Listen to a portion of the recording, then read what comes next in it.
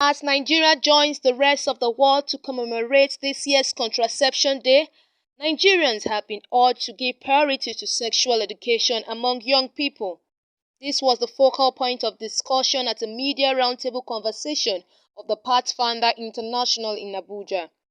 In her closing address, the country director Pathfinder International, Dr. Amina Aminu Dorothy, said the decision sounding contraception, child spacing, or family planning is responsible for the challenges faced by Nigeria due to population growth. We have the highest population of young people out of many countries in the world. And we know that young people are very sexually active, some even as young as 10, 11, 12. And then there's also the issue of gender-based violence and all. So our young people have to know, they have to be aware, whether we want it or not and whether we agree with it or not. It's not fair for us not to tell them what the correct information is.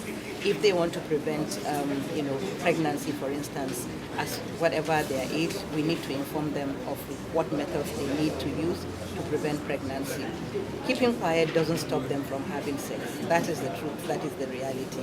So it's better to open up, talk about it, and make sure that we meet them at their point of needs, in schools, in communities, in camps, wherever they are. Speaking at the panel section, religious leaders explained the need to have a systematic approach to educating their followers about the importance of abstinence, child spacing, and contraception. The first thing I need to do is to teach the congregation on child spacing.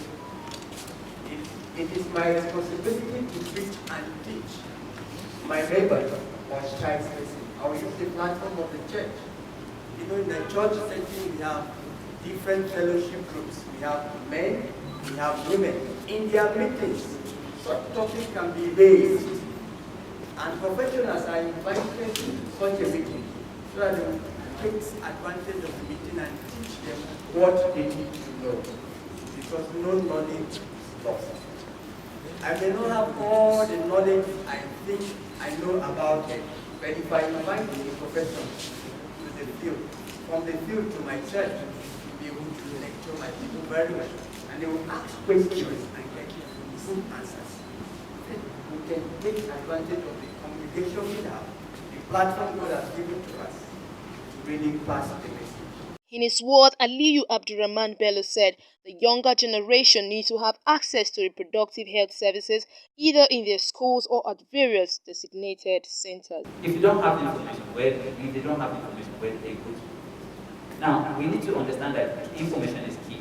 I'm delighted that the media is here to take this and to also talk about it, to also make people understand that information is key. So, young people need to understand how to get information, how to get these services. Now, talking about access to the main service itself, yes, there is no line item for family planning, but there is no line item for adolescents reproductive health, but there is line item for family planning, which means they are already telling you that young people, adolescents don't have the right to get contraceptives, or don't have the right to get these services. But it's not that they don't have the right. But it's because people see them that they shouldn't get. It's not that they should not. It's not like they're trying to tell them, oh,